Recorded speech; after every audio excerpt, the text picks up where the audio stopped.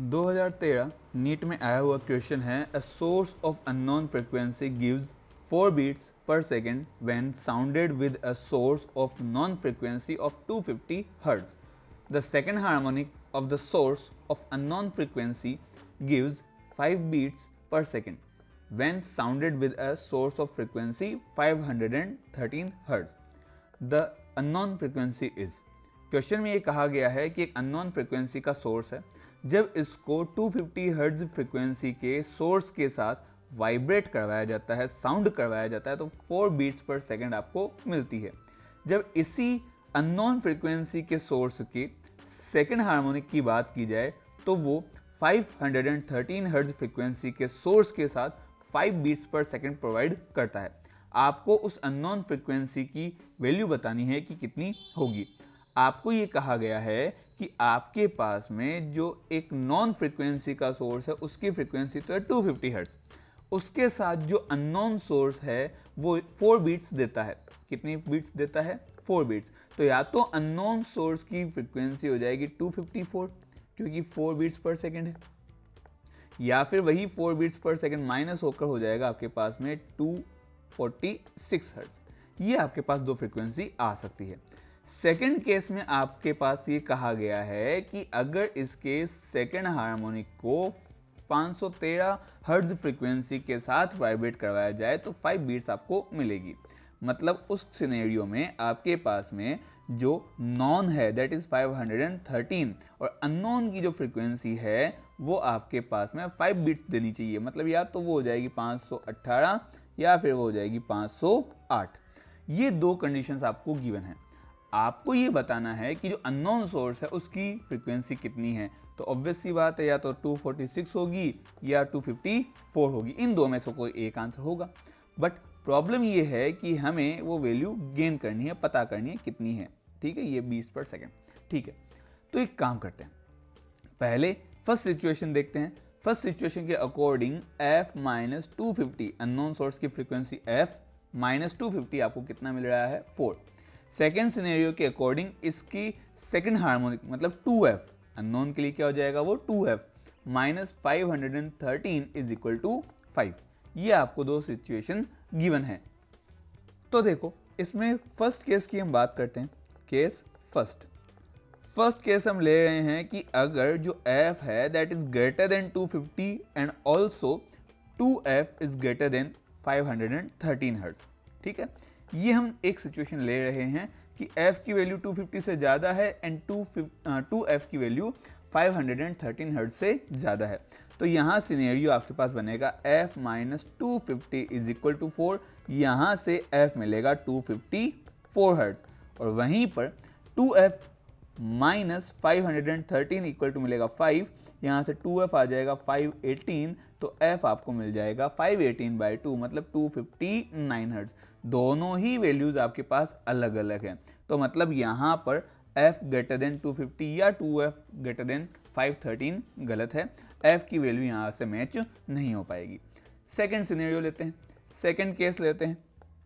Case second में हम क्या करते हैं कि f को इफ f लेस देन 250 मान लेते हैं. लेस देन क्या है? 250 हर्ट्ज एंड 2f भी क्या कर लेते हैं? 513 हर्ट्ज से कम हो जाता है. तो उस केस में 250 माइनस f आपको मिलेगा 4. यहाँ से f मिलेगा 246 हर्ट्ज. ठीक है, यहाँ से क्या मिलेगा भाई? 513 माइनस 2f इक्वल टू 5. यहाँ से हो जाएगा 2f इक्वल टू 508.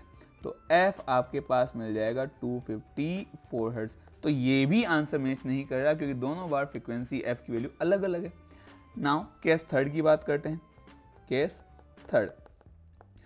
थर्ड हम लेते हैं कि अब की बार f इज 250 से ज़्यादा हो. f is greater than 250 hertz and 2f क्या हो? 513 हर्ट्ज से कम हो. इस केस की बात करते हैं. तो यहाँ बनेगा f minus 250 is equal to 4. तो f बन जाएगा 254 हर्ट्ज और यहाँ पर 2f लेस देन है. 2f क्या है? लेस देन है 513 से. तो 513 minus 2f is equal to क्या बन जाएगा? 5. 2f बनेगा 508. तो यहाँ से f आपको मिल जाएगा 254 हर्ट्ज. दोनों ही सिचुएशन में फ्रीक्वेंसी आपके पास सेम आ रही है, तो मतलब f की वैल्यू क्या होगी 254 हर्ट्ज की होगी। तो यहाँ जो अननोन फ्रीक्वेंसी आपसे पूछी गई थी वो कितनी होगी 254 हर्ट्ज, मतलब ऑप्शन आपको मिलेगा सी ऑप्शन। अगला क्वेश्चन देखते हैं। 2013 में ही नीट में आया हुआ क्वेश्चन है, a wave travelling in positive X direction having displacement along Y direction as 1 metre, wavelength 2 pi metre and frequency 1 pi hertz is represented by. आपको ये कहा गया है पॉजिटिव एक्स डायरेक्शन में चल रही एक वेव जिसका वाई डायरेक्शन में डिस्प्लेसमेंट 1 मीटर है, वेवलेंथ 2 पाई मीटर है, फ्रीक्वेंसी 1 पाई हर्ट्ज है, उसकी इक्वेशन क्या होगी वो आपसे पूछी गई है। तो देखो y equal to A sine k x plus minus omega t होता है, ठीक है। अब आपके पास में ये कहा गया है कि वेव पॉजिटिव एक्स डायरेक्शन में चल रही है, इसका मतलब के एक्स और ओमेगा टी का साइन अपोजिट होना चाहिए, एक होना चाहिए पॉजिटिव, दूसरा होना चाहिए नेगेटिव। वाई डायरेक्शन में डिस्प्लेसमेंट मतलब एम्पलीट्यूड है 1 मीटर, ठीक है, वेवलेंथ है 2 पाई मीटर और फ्रीक्वेंसी है 1 पाई हर्ट्ज। तो देखो k की वैल्यू होती है 2 पाई बाई लेमडा, लेमडा आपको दे रखा है 2 पाई मीटर, तो यहाँ से k की वैल्यू आ जाएगी 1, ठीक है, वेव कांस्टेंट आ जाएगा आपके पास 1। उसके बाद में आपके पास ओमेगा होता है 2 पाई एफ, एफ की वैल्यू क्या दे रखी है, दैट इज 1 पाई, पाई से पाई कैंसिल, पाई से पाई क्या हो जाएगा कैंसिल, तो ये बन जाएगा 2 रेडियन पर सेकेंड, तो ओमेगा भी आ गया। ए आपको गिवन था 1 मीटर, ए आपके पास है तो वाई बन जाएगा 1 साइन के एक्स, के की जगह 1 एक्स माइनस ओमेगा की जगह 2 मल्टीप्लाइड बाय टी, या हम कह सकते हैं y equal to sine X minus 2t। ये आपके पास इक्वेशन बननी चाहिए थी वेव की, जो कि है third equation, y equal to sine X minus 2t, ये अपना आंसर आता, ठीक है। चलिए अगला क्वेश्चन देखते हैं। 2013 नीट में ही आया हुआ क्वेश्चन है, if we study the vibration of a pipe open at both ends then the following statement is not true. हम अगर किसी भी ओपन ऑर्गन पाइप की बात करें जिसके जो एंड्स है वो दोनों साइड से ओपन है, ओपन ऑर्गन पाइप की, तो उसके लिए इनमें से कौन सा स्टेटमेंट गलत है, नॉट ट्रू, कौन सा इनमें से गलत है। फर्स्ट, और harmonics of the fundamental frequency will be generated, कि फंडामेंटल फ्रीक्वेंसी के सारे हार्मोनिक्स जनरेट होंगे। देख लेते हैं, तो भाई जो भी ओपन ऑर्गन पाइप है उसमें जो हार्मोनिक्स होते हैं वो होते हैं v/2l, 2v/2l, 3v/2l, 4v/2l, या हम कह सकते हैं nv/2l। मतलब यहाँ तो सारे हार्मोनिक जनरेट हो रहे हैं, सारे फंडामेंटल फ्रीक्वेंसी के मल्टीपल्स जनरेट हो रहे हैं, तो ये तो सही है। Pressure change will be maximum eight both ends, pressure change जो होता है वो मिनिमम होता है। क्यों होता है? क्योंकि दोनों एंड्स के ऊपर आपके पास में डिस्प्लेसमेंट मैक्सिमम होता है, प्रेशर मिनिमम होता है, तो प्रेशर चेंज इज मिनिमम, यहाँ दे रखा है मैक्सिमम, इसलिए ये गलत ऑप्शन है। आपसे गलत ही पूछा था कि नॉट ट्रू, जो सही नहीं है, तो वो आपके पास कौन सा हो जाएगा, सेकंड ऑप्शन ही हो जाएगा। Next, open and will be antinode, open ends पर हमेशा एंटीनोड ही बनता है, ये बात भी सही है, बीच में नोड बनता है, यहाँ अगेन क्या बनेगा, एंटी नोड बनेगा, ये भी सही है।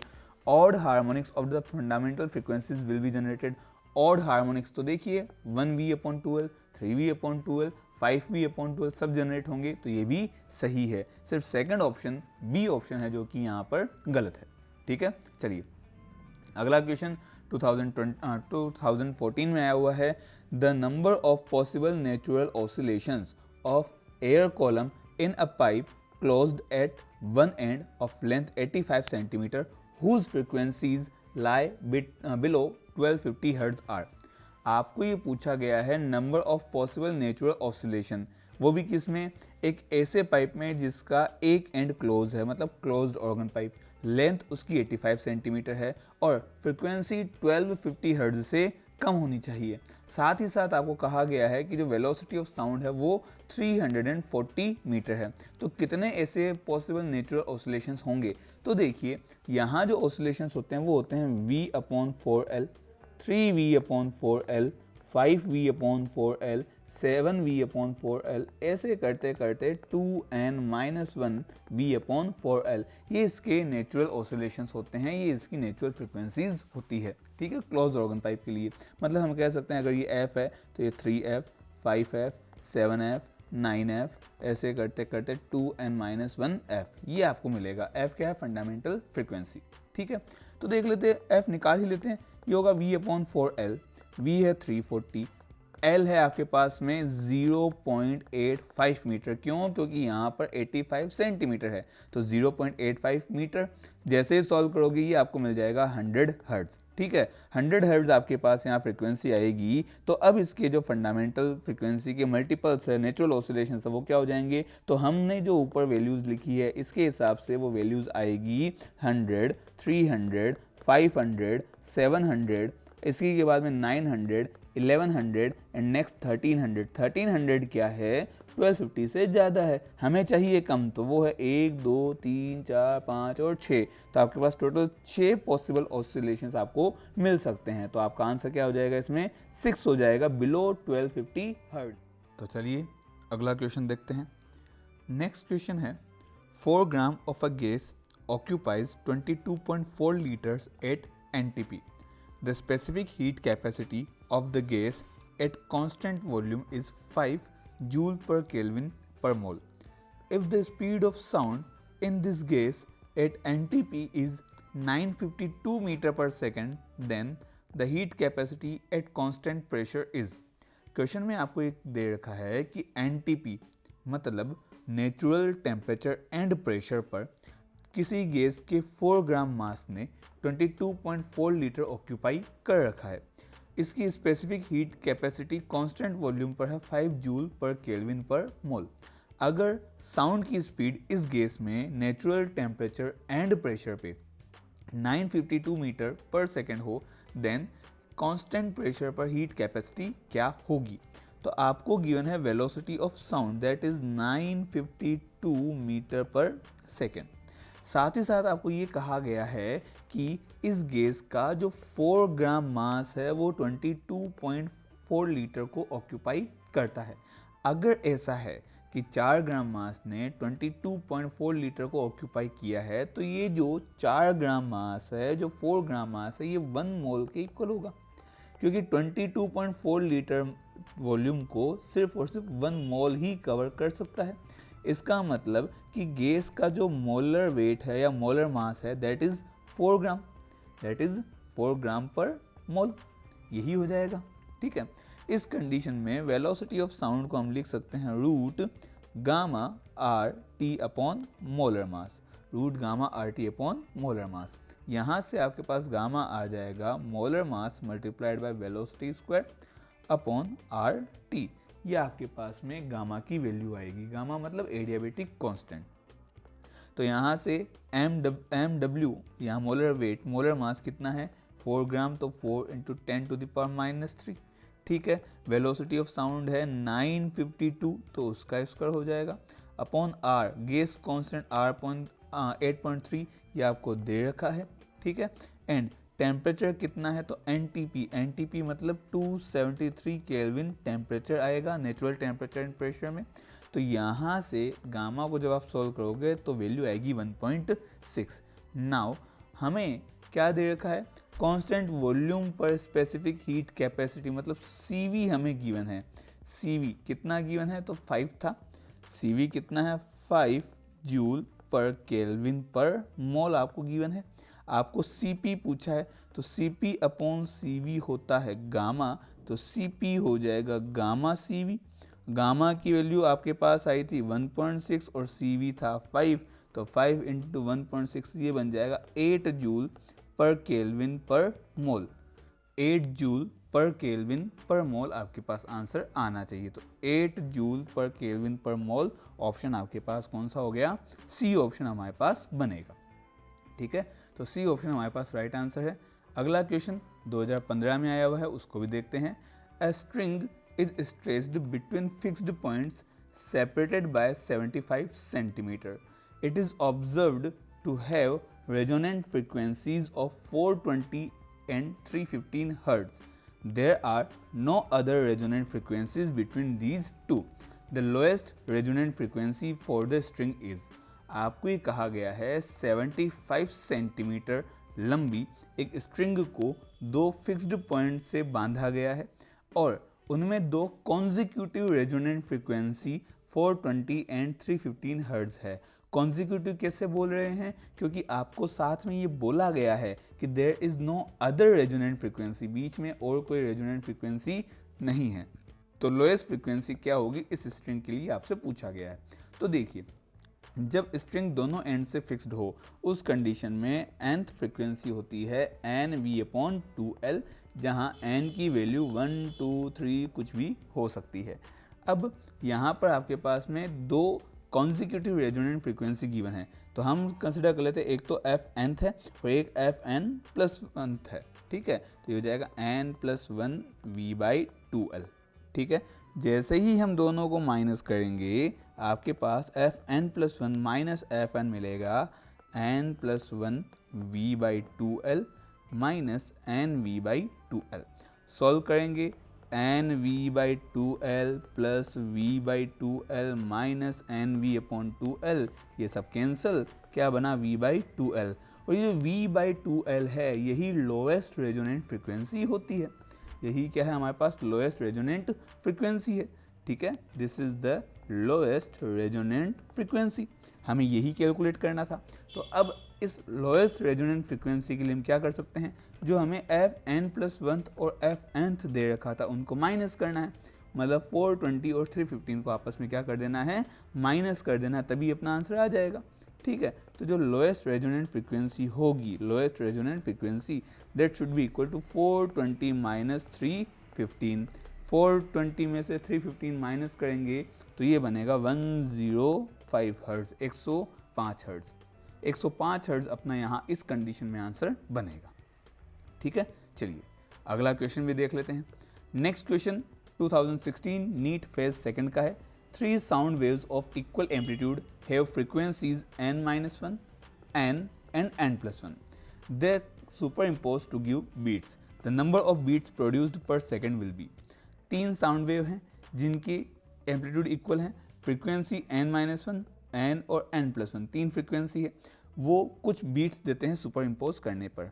तो इनमें बीट्स का नंबर पूछा गया है, पर सेकंड कितनी बीट्स हमें मिल सकती है। तो देखिए, हम बात करते हैं पहले n-1 और n की, फिर बात करेंगे n और n+1 की। ठीक है, तो for n-1 and n number of beats क्या हो जाएगा, सिंपल सा n-1, तो ये n-n+1 हो जाएगा, तो यहाँ से मिलेगी 1 बीट पर सेकेंड। ठीक है, इसी तरह से फॉर n एंड n+1 की भी बात कर लेते हैं कि n और n+1 से क्या होगा, तो उससे मिलेगा number of beat n+1 minus n, ये भी क्या मिलेगा 1 बीट पर सेकेंड। तो दोनों से टोटल मिलाकर कितनी मिली, 1 and 1 total 2 beats per second आपको मिलेगी। 2 बीट्स पर सेकेंड आपको यहाँ पर ऑब्टेन होगी, कंसिडर की जाएगी, तो आंसर आ जाएगा 4th ऑप्शन। ठीक है, चलिए नेक्स्ट क्वेश्चन भी देखते हैं, ये भी 2016 नीट फेज सेकंड का क्वेश्चन है। The second overtone of an open organ pipe has the same frequency as the first overtone of the closed pipe, L metre long. The length of the open organ pipe will be. आपसे ये कहा गया है कि open organ pipe का second overtone close organ pipe जिसकी length L है से सेम फ्रीक्वेंसी रखता है, उसके फर्स्ट ओवरटोन से उसकी फ्रीक्वेंसी मैच करती है। तो ओपन ऑर्गन पाइप की लेंथ क्या होगी ये आपसे पूछी गई है। तो सबसे पहले हम बात करते हैं सेकंड ओवरटोन की। Second overtone of open organ pipe, ये क्या होता है, थर्ड हार्मोनिक होता है। ये कौन सा होगा बेटा, थर्ड हार्मोनिक, और ये हो जाएगा 3v/2L। ठीक है, इसी तरह first overtone of close organ pipe, first overtone of close organ pipe भी क्या होता है, वो भी थर्ड हार्मोनिक ही होगा, लेकिन इसमें जो थर्ड हार्मोनिक है उसकी वैल्यू होती है 3v/4L। ठीक है, एक बार तो आपको स्मॉल l लेना है ताकि वो ओपन ऑर्गन पाइप का डिनोट हो, कैपिटल L आपके पास क्लोज ऑर्गन पाइप की लेंथ गिवन थी। आपको ये कहा गया है कि इन दोनों की वैल्यू कैसी है, सेम है, दोनों की वैल्यू हमारे पास सेम है। इसका मतलब 3v/2L is equal to 3v/4 capital L। तो यहाँ से सब कुछ कट जाएगा भाई, 3v से 3v कैंसिल, 2 से 4 कैंसिल 2 टाइम, तो आपके पास स्मॉल l बनेगा 2 times of capital L। 2L आपका आंसर आएगा, मतलब ऑप्शन हमारे पास कौन सा बन जाएगा, यहाँ बी ऑप्शन हमारे पास बन जाएगा। ठीक है, चलिए अगला क्वेश्चन 2016 नीट फेज फर्स्ट का है, इसको भी देख लेते हैं। इसमें क्या गिवन है, a uniform rope of length L and mass M1 hangs vertically from a rigid support. A block of mass M2 is attached to the free end of the rope. The transverse pulse of wavelength lambda 1 is produced at the lower end of the rope. The wavelength of the pulse when it reaches the top of the rope is lambda 2. The ratio lambda 2 upon lambda 1 is. तो इस question में हमें बोला गया है कि M1 मास और L length की किसी रोप को, किसी रस्सी को वर्टिकली किसी छत से टांगा गया है और M2 मास का एक ब्लॉक इसके दूसरे एंड से जो कि फ्री है उससे अटैच किया गया है। ठीक है, मतलब कंडीशन कुछ ऐसी है कि सीलिंग के साथ में एक रोप को टांगा गया है। ठीक है, इस रोप की लेंथ तो है L एंड मास है आपके पास M1। इसके दूसरे एंड से M2 मास के एक ब्लॉक को अटैच किया गया है, टांगा गया है। आगे क्या कहा है कि ट्रांसवर्स पल्स है जिसकी वेवलेंथ लैम्डा 1 है, is produced at the lower and. यहाँ पर जो ये लोअर एंड है आपके पास, ये एंड है, यहाँ पर लैम्डा 1 वेवलेंथ की एक पल्स को जनरेट किया गया है और आपसे ये कहा गया है कि the wavelength of the pulse when it reaches to the top of the rope is lambda 2। जब यही वेवलेंथ यहाँ आ जाती है, ये पल्स यहाँ आ जाती है, तो वेवलेंथ हो जाती है आपके पास लैम्डा 2। आपसे क्वेश्चन में लैम्डा 2 और लैम्डा 1 का रेशियो पूछा गया है। तो देखिए, लैम्डा मतलब होता है वेवलेंथ और वेवलेंथ प्रोपोर्शनल होता है वेलोसिटी के। ठीक है, वेलोसिटी का फॉर्मूला होता है root T upon mu, root tension upon mass per unit length.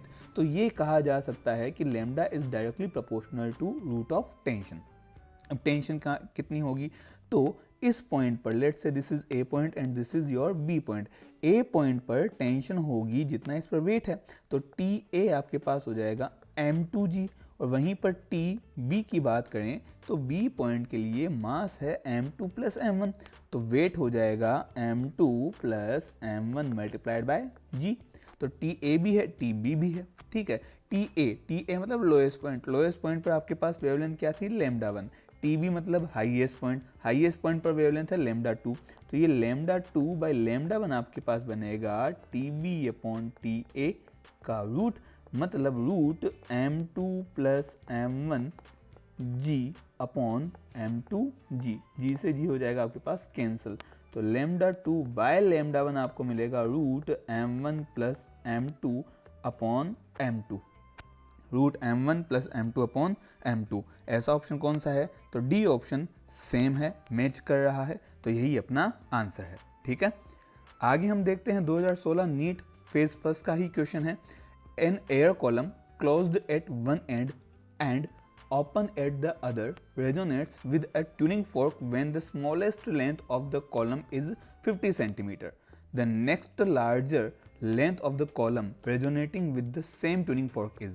Question में आपसे कहा गया है कि एक एयर कॉलम है जिसका एक एंड बंद है, मतलब क्लोज्ड ऑर्गन पाइप है। क्लोज्ड ऑर्गन पाइप एक ट्यूनिंग फोर्क से रेजोनेट करता है जब इसकी स्मॉलेस्ट लेंथ कितनी है, 50 सेंटीमीटर। मतलब कंडीशन कुछ ऐसी है कि ये एक एयर कॉलम है, ठीक है, क्लोज्ड एयर कॉलम है, इसका एक एंड क्लोज है, इसकी स्मॉलेस्ट लेंथ जो होगी that is L equal to lambda by 4।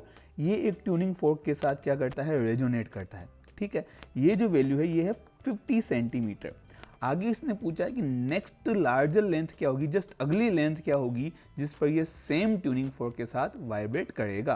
तो सेम ट्यूनिंग फोर्क के साथ इसको वाइब्रेट करने के लिए अपनी लेंथ को 3 टाइम्स करना पड़ेगा, क्योंकि लेंथ का रेशियो L 3L इस रेशियो में चलता है, L 3L 5L ऐसे चलता है। ठीक है, तो जो नेक्स्ट लेंथ होगी वो हो जाएगी 3L या 3 लैम्डा बाय 4, जो कि हो जाएगी आपके पास में 150 सेंटीमीटर। सेम ट्यूनिंग फोर्क के साथ रेजोनेट करने के लिए नेक्स्ट जो लेंथ आएगी that will be 150 centimetre.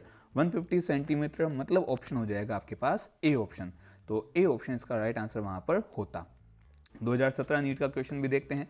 The two nearest harmonics of a tube closed at one end and open at the other end are 220 hertz and 260 hertz. What is the fundamental frequency of the system? आपसे कहा गया है एक closed organ pipe है, इसके लिए दो nearest harmonic मतलब दो कॉन्जिक्यूटिव हार्मोनिक है 220 हर्ट्ज एंड 260 हर्ट्ज। अब आपसे पूछा गया है फंडामेंटल फ्रीक्वेंसी क्या होगी। तो यहाँ पर क्लोज्ड ऑर्गन पाइप के लिए फ्रीक्वेंसी nth फ्रीक्वेंसी या pth फ्रीक्वेंसी आप कह सकते हैं, p लेवल की p नंबर की फ्रीक्वेंसी होती है 2p+1 v/4l, जहाँ v/4l आपके पास क्या होती है, फंडामेंटल फ्रीक्वेंसी। फंडामेंटल फ्रीक्वेंसी तो मैं ये कह सकता हूँ fp हो जाएगा 2p+1 फंडामेंटल फ्रीक्वेंसी। ठीक है, ये आपके पास हो जाएगा फंडामेंटल फ्रीक्वेंसी। अब आपसे कहा गया दो कॉन्जिक्यूटिव, मतलब एक तो हो जाएगा fp, एक हो जाएगा fp+1, तो ये हो जाएगा 2p की जगह p+1 फंडामेंटल फ्रीक्वेंसी, ये बन जाएगा 2p+2+1 times of fundamental frequency. तो ये हमारे पास होगा 2p+3 times of fundamental frequency. आपको इन दोनों की वैल्यू गिवन है, कितनी कितनी गिवन है, तो एक तो आपको गिवन है 220 हर्ट्ज एंड एक आपको गिवन है 260 हर्ट्ज। आपसे फंडामेंटल फ्रीक्वेंसी पूछी गई है, तो कोई बात नहीं, 2p+1 times of fundamental frequency आपके पास क्या था, 220। वहीं पर 2p+3 times of fundamental frequency आपके पास क्या था, ये था आपके पास 260। दोनों का डिवाइड कर देते हैं, ये कटेगा 11/13 टाइम, फंडामेंटल फ्रीक्वेंसी से वो कैंसिल हो जाएगा, क्रॉस मल्टीप्लाई कर देंगे। क्रॉस मल्टीप्लाई जैसे ही आप करोगे, ये क्रॉस मल्टीप्लाई आप जैसे करोगे, ये बनेगा 13 × 2p+1 is equal to 11 × 2p+3, तो ये आपके पास मिलेगा 26p+13 इक्वल टू 22p+33, ये हो जाएगा 4p इज इक्वल टू 33 - 13 मतलब 20, तो आपके पास p आ जाएगा कितना, p आ जाएगा आपके पास 5। तो ये जो आपकी वैल्यूज थी वो p = 5 के लिए थी। आपको क्या चाहिए, फंडामेंटल फ्रीक्वेंसी चाहिए। ठीक है, तो इस इक्वेशन को उठा लेते हैं, p की वैल्यू आ ही चुकी है, फंडामेंटल फ्रीक्वेंसी निकालनी है, तो हम कह सकते हैं कि 2p+1 times of fundamental frequency is equal to 220 hertz. p की जगह 5 value, 2 × 5+1 fundamental frequency is equal to 220। यहाँ से हमारे पास आ जाएगा 11 times of fundamental frequency is equal to 220, तो फंडामेंटल फ्रीक्वेंसी यहाँ से आ जाएगा 220/11 which will be 20 hertz. 20 hertz आपका आंसर होगा। तो अगर ऐसा क्वेश्चन आए तो आपको कुछ नहीं करना, pth एंड p+1 या nth और n+1 आपको लेवल निकाल लेने हैं, उनसे आपके पास पूरा सॉल्यूशन आ जाएगा। ठीक है, तो ये इसका पूरा प्रोसेस था। 20 हर्ट्ज इसका आंसर आएगा। तो 20 हर्ट्ज कौन सा है बेटा, तो 20 हर्ट्ज है हमारे पास ऑप्शन नंबर ए, तो ए इसका आंसर होता। चलिए अगला क्वेश्चन देखते हैं, 2018 नीट का है। The fundamental frequency in an open organ pipe is equal to the third harmonic of the closed organ pipe. If the length of the closed organ pipe is 20 cm, the length of the open organ pipe is। Question में कहा गया है open organ pipe की fundamental frequency, मतलब v/2l, ये equal है third harmonic of closed organ pipe. Third harmonic हो जाएगा 3v/4। अब लेंथ कितनी दे रखी है, तो लेंथ आपके पास 20 सेंटीमीटर पहले से गिवन है, तो ये हो जाएगा 20 सेंटीमीटर। v से v कैंसिल, 2 से 4 जाएगा 2 टाइम्स। ठीक है, तो आपके पास l यहाँ आ जाएगा 40/3। आपसे क्या पूछा था, आपसे पूछा था the length of open organ pipe, और l अपने पास ओपन ऑर्गन पाइप की लेंथ थी, उसकी वैल्यू है 40/3। 40/3 मतलब 13.33 सेंटीमीटर, तो अप्रोक्सीमेटली 13.2 सेंटीमीटर आपका आंसर आ जाएगा। ठीक है, चलिए नेक्स्ट क्वेश्चन देखते हैं। A tuning fork is used to produce resonance in a glass tube. The length of the air column in this tube can be adjusted by a variable piston at room temperature of 27 degree Celsius. Two successively resonance are produced at 20 centimeter and 73 centimeter of column length.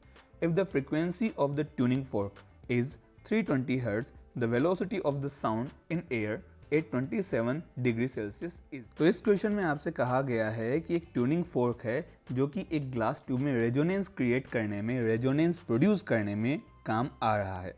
इसमें आपको कहा है the length of the air column in this tube can be adjusted. इसको आप variable piston की help से air column की length को एडजस्ट कर सकते हो। आपको कहा गया है एट रूम टेम्परेचर जो कि 27 डिग्री सेल्सियस है, दो सक्सेसिव रेजोनेंस मिलते हैं, एक तो 20 सेंटीमीटर पे, एक 73 सेंटीमीटर पे। अगर इस ट्यूनिंग फोर्क की फ्रीक्वेंसी 320 हर्ट्ज है तो वेलोसिटी ऑफ साउंड क्या होगी आपसे पूछा गया है। तो इस केस में हम वेलोसिटी ऑफ साउंड का सीधा फॉर्मूला लगा सकते हैं 2f माइनस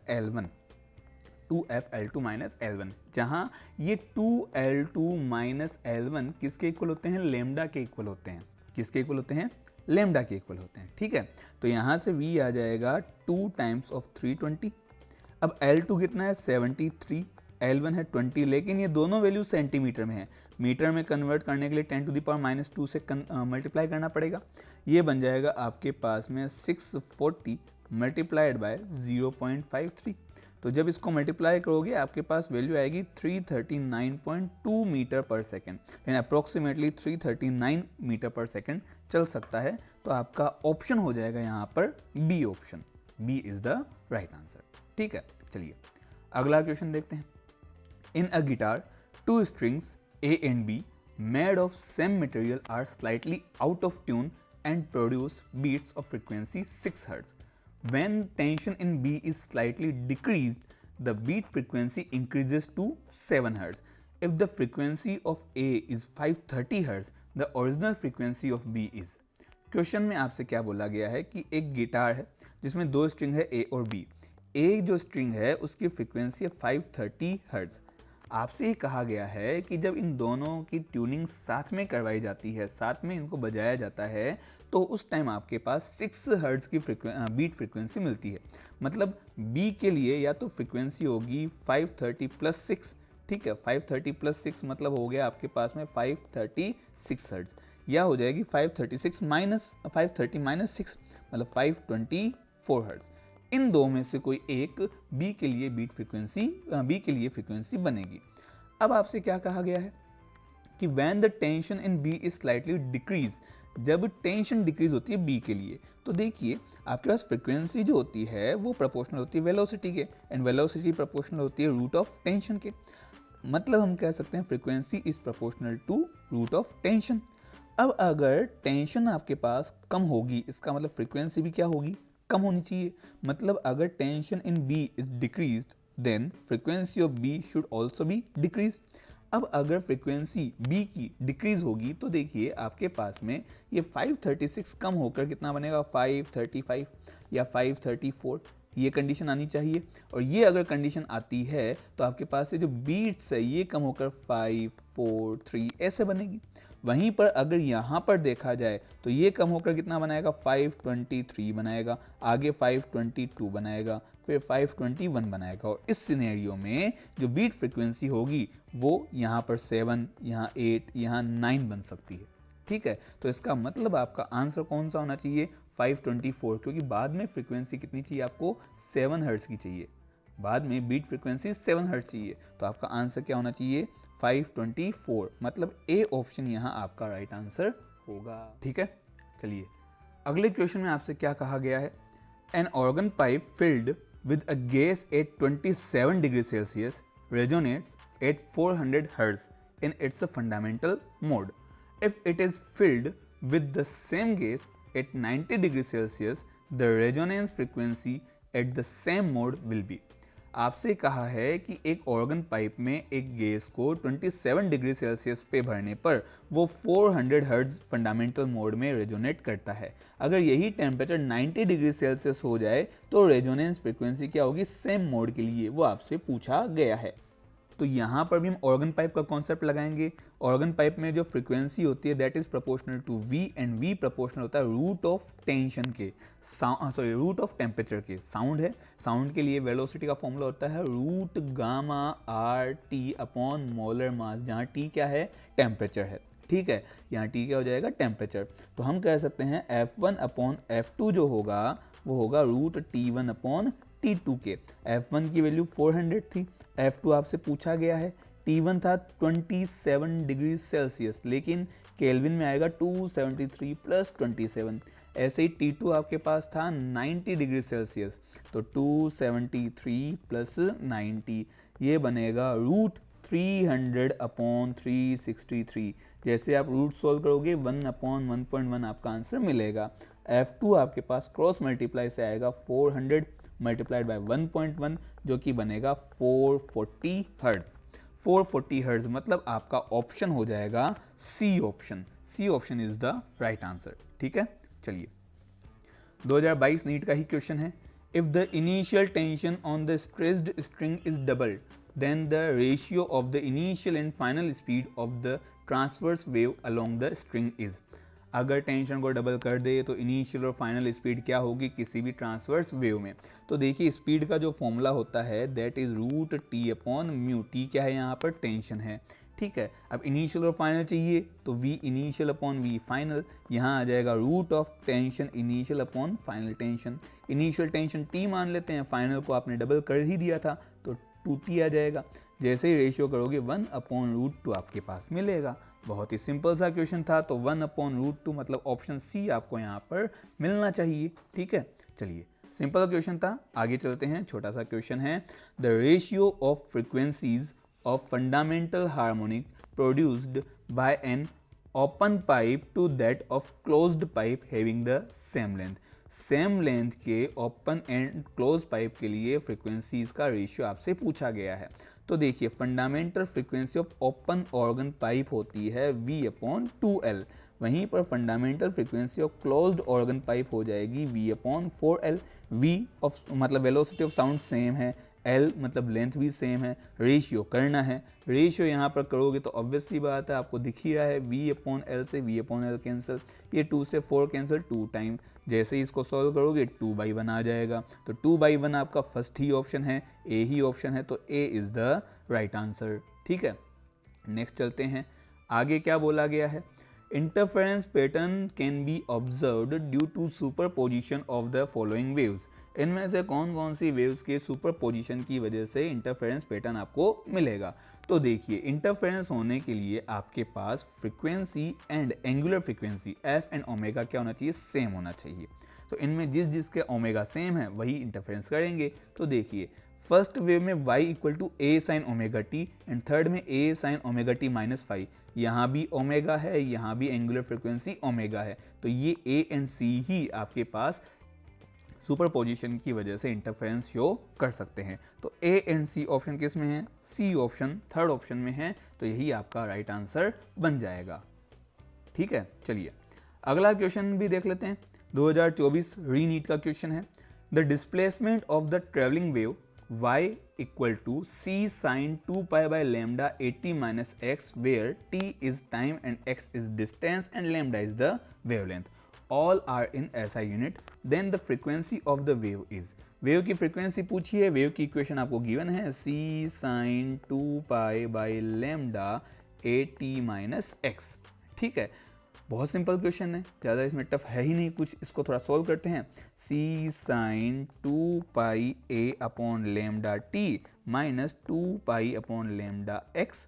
ठीक है, अब y = a sin omega t - kx से कंपैरिजन करना है। कंपैरिजन करने पर ओमेगा की जगह क्या आएगा, 2πa/λ।